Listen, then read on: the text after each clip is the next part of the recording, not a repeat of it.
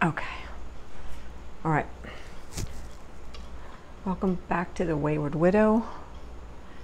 For those of you who were really eagle-eyed yesterday, you know that I had a video up for all of maybe an hour where I was talking about, look at this, where I was talking about being in a relationship. Iced coffee, I've got cafe, I've got French vanilla, Coffee Mate, I've got peppermint mocha Coffee Mate, and just a little tiny bit of Hershey's dark chocolate syrup, because I was missing that little bit of chocolate taste. And I have extra creamy Cool Whip.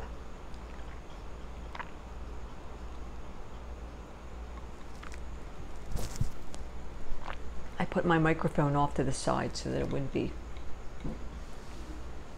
like too much.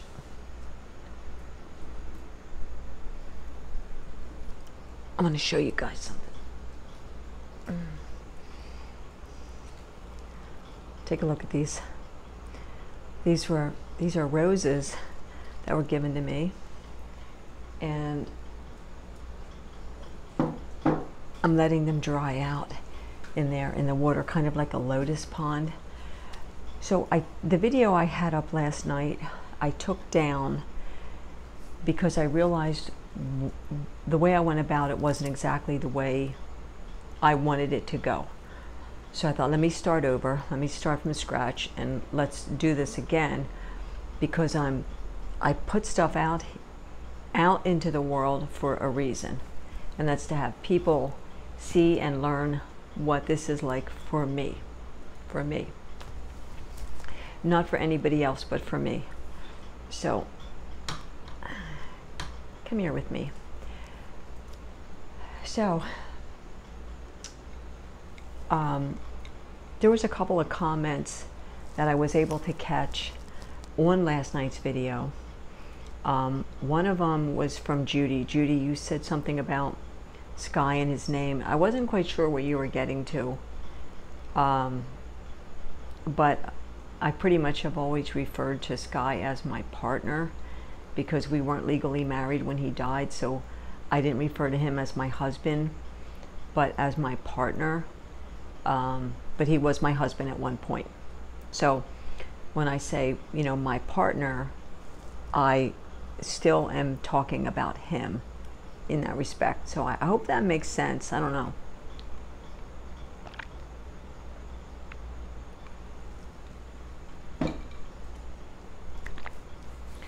Someone made a really good point when they said, be careful with dating on the internet. I hear you.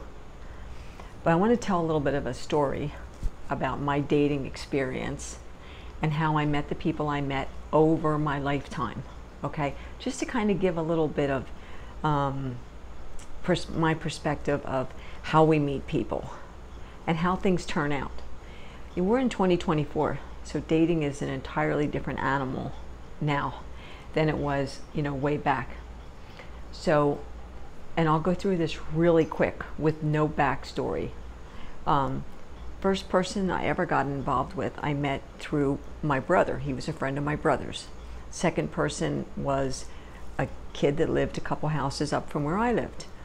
My first husband, it was a blind date set up through my cousin. So my cousin knew someone and said, hey, you might want to meet this guy, blah, blah, blah. Turned out to be one of the biggest mistakes of my life, and that was meeting him through my cousin. Okay, so it's not like, total stranger kind of thing going on here, but it was not good. Next person was a friend of my ex-husband's. So I had known him for a little while. Again, awful experience, but someone I knew. I dated very casually. I mean, like 2 dates, maybe 2 different people that I met in a real small bar in the town I was living in at the time. I would go with my niece, we'd go and have a drink after work, and 2 different times I met people, and neither time did it work. Again, this was just way back. I was in my 20s. And then Kenny's father, I met through my niece, who was dating a guy, and this guy's friend turned out to be my husband then. And she said to me, my niece said to me, hey, my boyfriend so-and-so has a really close best friend. Maybe you two would hit it off. And we did. We met and married within 9 weeks, back in 1988. So that again was another, somebody knew somebody. My youngest son's father, I met in a chat room. Remember back in the day, more than 25 years ago, when there was chat rooms, like really, you pick your city, you go into that chat room, and you can talk with people. Well, it's kind of different now, right? So that's how I met him.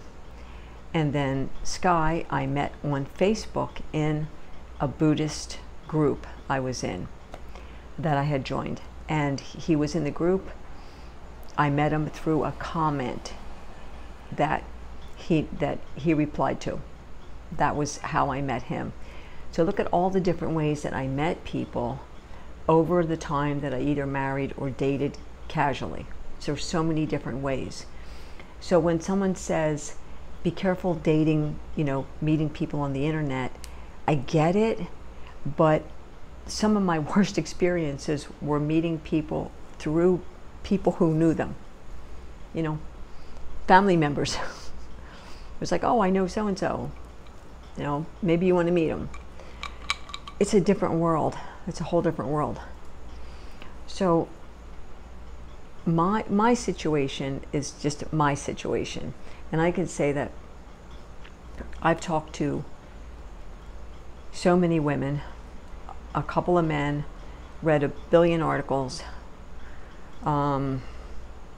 watched a bunch of videos, talked with my therapist today. I had therapy today. I thought it was Friday, turned out to be today.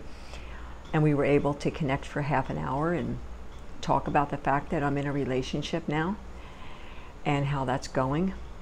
And I also called the compassionate care line through the funeral home that handled Sky's end of life. And I called, and they're grief specialists there. And I called and I asked about timelines. What's the timeline for dating when you've lost your loved one? Should we wait a year? Should we wait 2 years? What is it? Is there something in writing where there's data and statistics that shows that this works? You have a greater chance of success if you wait a year or you wait 2 years. I also asked her about the 2-year fog that I hear so much about. Widows and widowers hitting the 2nd year fog. And was that a true thing? And was that something I needed to be concerned about? And she said it's not documented. There's no documentation about the 2nd year fog, really.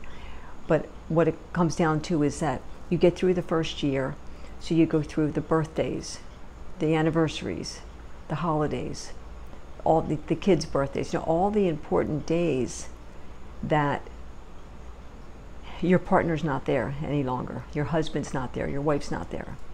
And you get through that 1st year, and then you roll into the 2nd year, and what do you do? How do you handle things, right? And so there's she said, like, there's a confusion as to what people should do with their lives at that point. And that's where that 2nd year fog comes in. I've looked up some articles. I haven't really found anything concrete, but I did as much research as I could. I've had multiple life coaching sessions with my life coach daughter. Like, she has a business, she's a life coach. Her and I have talked for hours about me dating and who I'm dating and what this looks like for me and all that.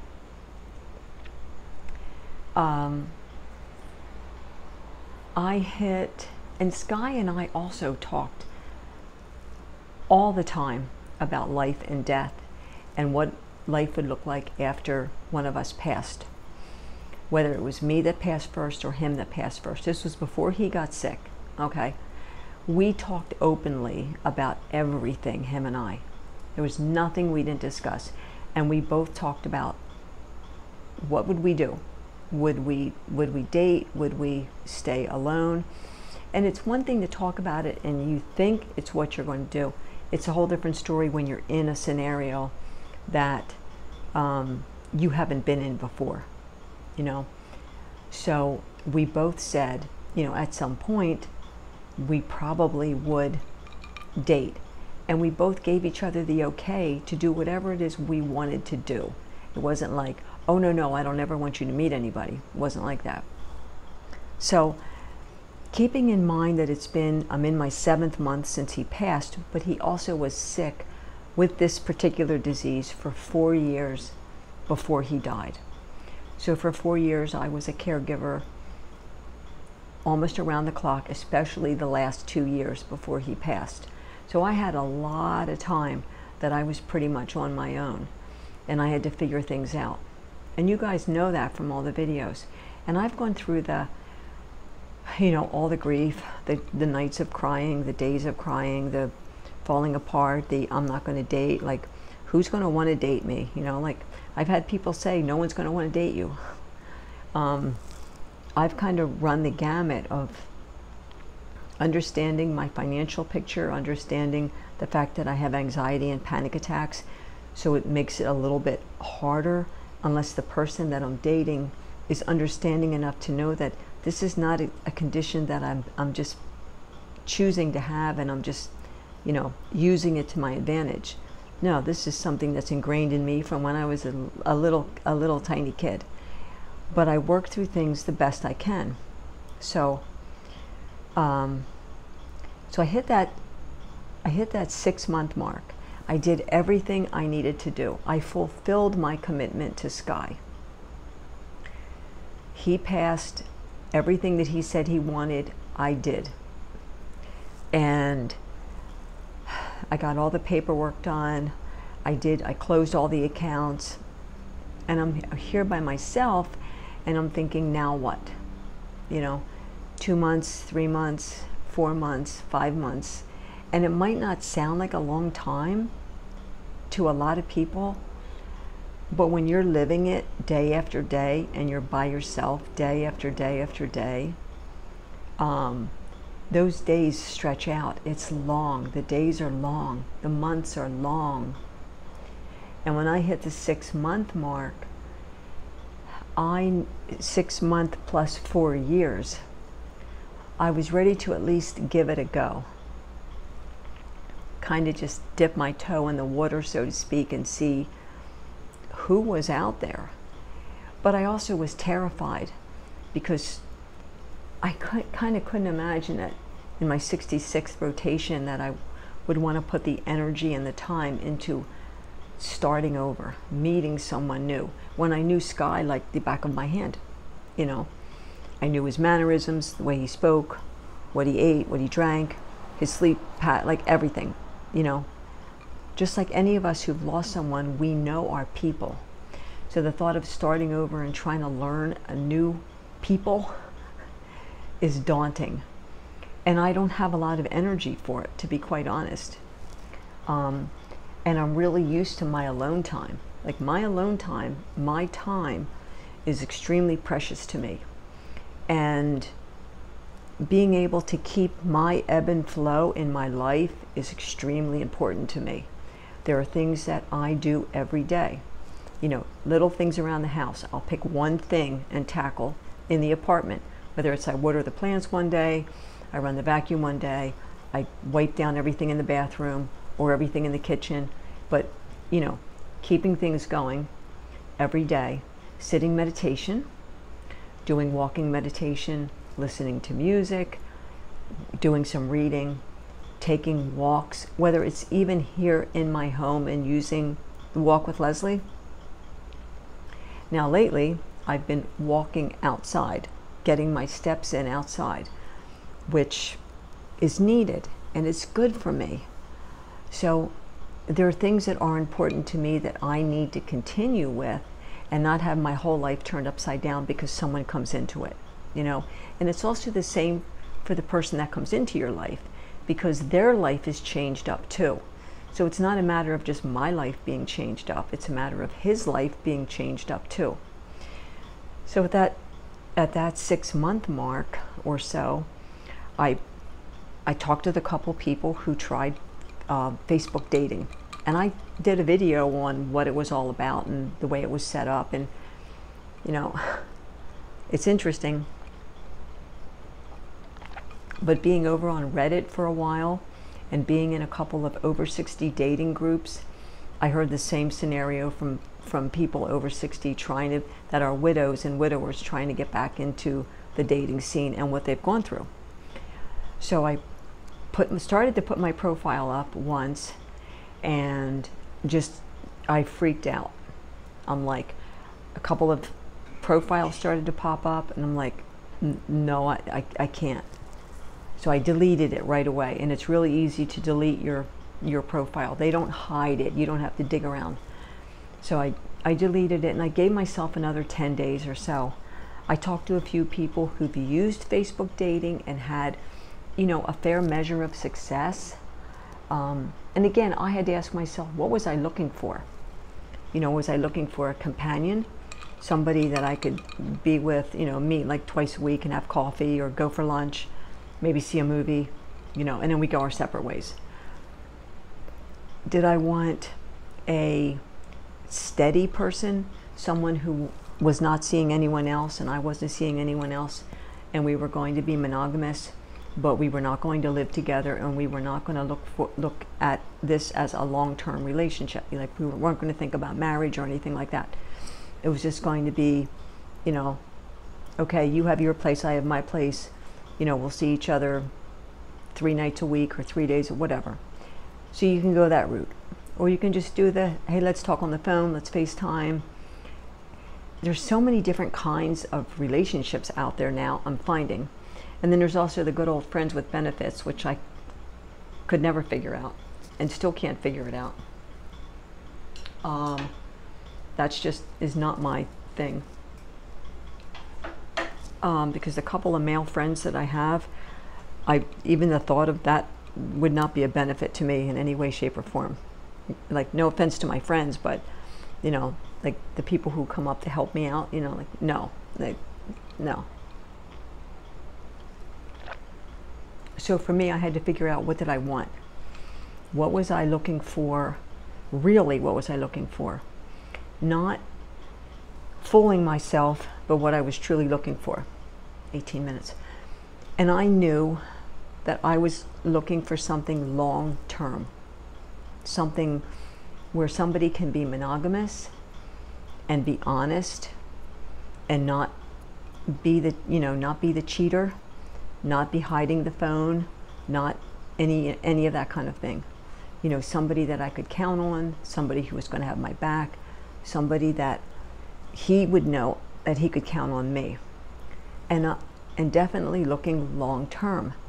Now, when you're on Facebook dating, it seems like the men are a little intimidated by the long term part, because when you click that box off, there's not as many choices as there is on the friendship part, which means that a lot of the men out there right now are looking for, as the other video, the nurse and the purse video, they're looking pretty much just for somebody to sleep with, you know.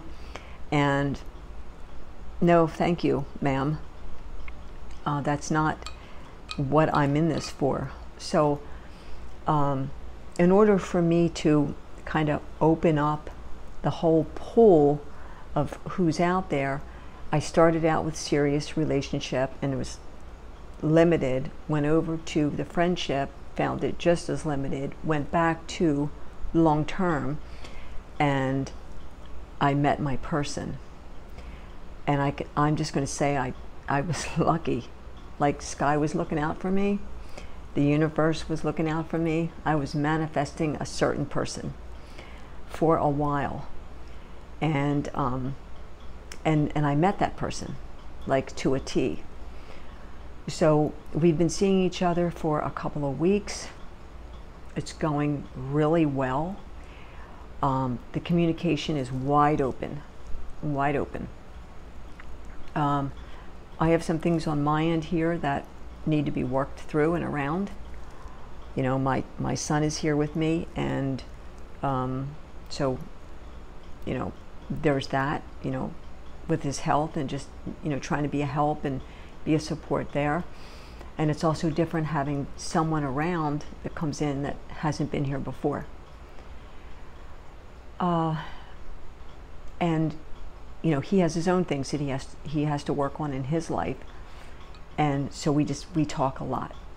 We sit in meditation, we take walks, we talk a lot.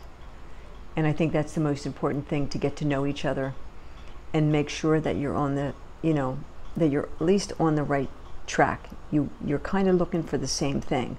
Because if you're like way over here and you want this, you want something long term, and he doesn't, there's no sense in wasting anybody's time. Like I'm too old, I'm too seasoned, too experienced to waste my time on someone who's not looking long term, you know. So that's where I'm at this point, the getting to know him and seeing what he's all about, and him getting to know me and seeing what I'm all about. And right now we're on the same page, and my hope is that we stay on the same page, you know. I will say this, and I mean it, and if I ever go back on my word, you guys can come at me with, you know, both barrels blazing. If this doesn't work and this ends, I will not do this again. You know, I cannot put my heart through this. I cannot put my emotions through this. This is the last season of my life. And with as hard as it is to hear, and this is what my therapist said to me this morning, I said to her flat out, I'm in the winter season of my life. I have lived longer than I'm going to live. I've lived 65 years and almost another month. I'm not going to live another 65 years. I'm not. So I've gone through 3 seasons of my life. This is it for me. You know, it's do or die. Well, I'm going to die, but you know, I'd rather do now and then die later. So if this doesn't work, I will not go down this road again. I will not. I will stay in my apartment or wherever it is that I need to move to and stay to myself, because nobody can go through this more than once. It takes work, like any relationship does. If you're married, if you have your person with you, your relationship takes work every single day. I've said this in other videos. When you wake up in the morning, you're choosing to love that person. Today, I'm going to love so-and-so. And I'm going to do whatever I can to make his or her day better and easier. That's how you know that you're in love. That's how you know it's good and it's working. When you get up with that mentality. And then you do that throughout the day. Right? So I won't do it again if it doesn't work, because it does take time and it takes energy. And so that's where I'm at. But for anyone who's been married, whether you've been married 20 years or 10 years or 5 years or 50 years, and you make a decision to never get into another relationship after you've lost your person, I totally get that, and I absolutely respect that. We all have to decide what we want for us. And because I said I would put out there what I'm going through each and every day, I'm doing that. And so I'm able to talk to him, the person I'm seeing, about Sky, my feelings. If, you know, today I'm having a missing Sky day. I don't have a clue why. It's not like it's an anniversary. It's not a Tuesday. But something triggered something. I don't know. I have more ashes to distribute down at the lake, and I'll do that on October the 10th, which is Sky's birthday, and then most likely October 16th, which is the day that he and I first met face to face in Bedford, Virginia.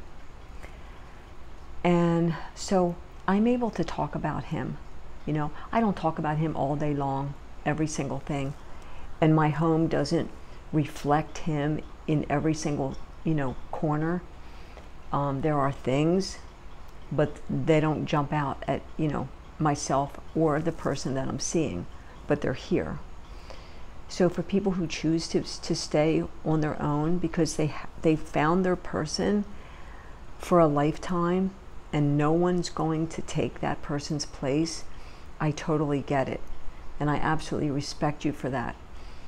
For me, Sky was a chapter. He was a book, you know, and I did what I needed to do in the relationship. He did what he needed to do. And I have every reason to believe that Sky is in a good place and he's really happy. And he's with me. And he watches me and he makes sure I'm okay. And I feel like he's just guiding me along. So I will talk about my feelings as I go through this. I'll share what I'm comfortable sharing. And for those people who really care about me, and my well-being, they're going to be happy for me. And for people who really don't care about me, it reflects in the comments. So if there's any comments that are just plain mean and not necessary, I just delete and block. And that's just what I need to do. Because I think I can bring enough to the community to show what this is like for me. And I can tell you that it's scary every single day. It's scary. It can be time consuming. You use energy, you know, every single day. You use energy trying to get to know someone when you're older. You know, I'm not 20. And so in 5 years or less, I'm going to be 70. That's a realization.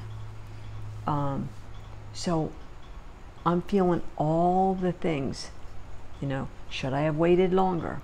Should I have waited the year out? Well, we're in September. So I've got Sky's birthday, I've got Halloween, Thanksgiving, Christmas, New Year's Eve. And then I've got Valentine's Day, which is going to be a big one. And the anniversary of Sky's death on February 27th. That's what I still have to get through. His son has a birthday in December, and his grandson has a birthday in November, and his daughter-in-law has a birthday in February, and his brother has a birthday in January, and his sister at the end of October. So they're not birthdays that I'm going to be doing anything with. You know, there's like very little contact with his family now. Everybody's kind of just dropped off the face of the earth, and that happens over time after we've lost someone, and everybody's kind of gone home, you know. I've talked to a couple people who have talked about those of us that are on YouTube and have lost our person, and because we're out there and we put our story out there, it's like, well, the thought is that it's easy to meet someone because they understand you're alone. And so, you know, but I didn't meet the person that I met here on YouTube at all. You know, this was a Facebook dating thing, and I didn't have much to do with Facebook, and I always said that. And right now on Facebook, I have this little tiny circle of friends. My friend count on Facebook is not up in the hundreds. It's under 50. It's under 50. I think it's 32, and it's going to stay there. I'm not adding anybody into my friend circle on Facebook. And what I post on Facebook is stuff that really is important to me at this point in my life. So I'm keeping my circle really tight, especially with what I'm going through now, because I want to see this work. I want to see this relationship have the best chance to survive. And because it's hard enough to be a senior citizen It's hard enough to be a widow. It's hard enough to have gone through divorces. It's hard. And what isn't needed is a whole bunch of negativity, because somebody else would never date after losing their loved one. And all I can say is to you is I respect that, you know. So for me, it's sharing what I'm comfortable sharing and what this feels like. So it's scary. I'm unsure a lot of the time. I need to be me no matter what. Like, I'm not going to change who I am for anyone. And it's either I'm accepted for who I am unconditionally, or, you know, there's the door. And that it has to be that way for both of us. Not just on my end, but on his end too. So day by day, inch by inch, you know, this is how this is going. And I'm not leaving my channel. I'm not leaving it. You know, I'm still wayward. I'm always going to be wayward. I'm always, you know, now more than ever, I think, now more than ever, wayward. The widow part, that's always going to, there's always going to be a piece of that in my heart. Like, you know, I watched my person die and go into his rebirth because he was a Buddhist. So going through that experience is not something you forget.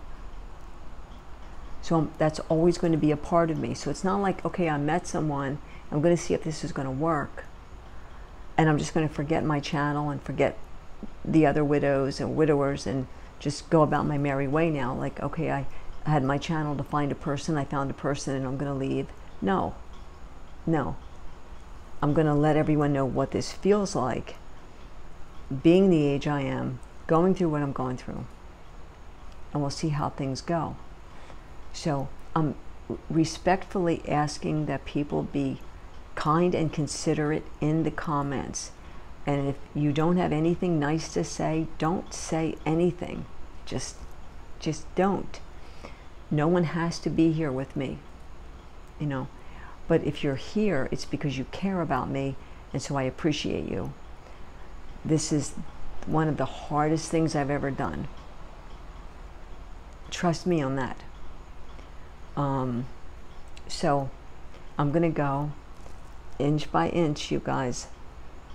We're all still doing the same thing. And so I got my therapy in today. Didn't plan on that, but it got done. Tomorrow, I talk with my daughter, and I have a life coaching session. And our borough code inspector comes around into all the apartments and checks smoke detectors and GFI outlets. So that will be, he'll be in and out along with our maintenance guy, manager. So I've just got to get through that in the morning, and then I'm good for the next couple days. So take care of yourself, you guys. Do the best you can do. Take it slow, like I am, and we'll see what happens. But I'll keep you posted for sure.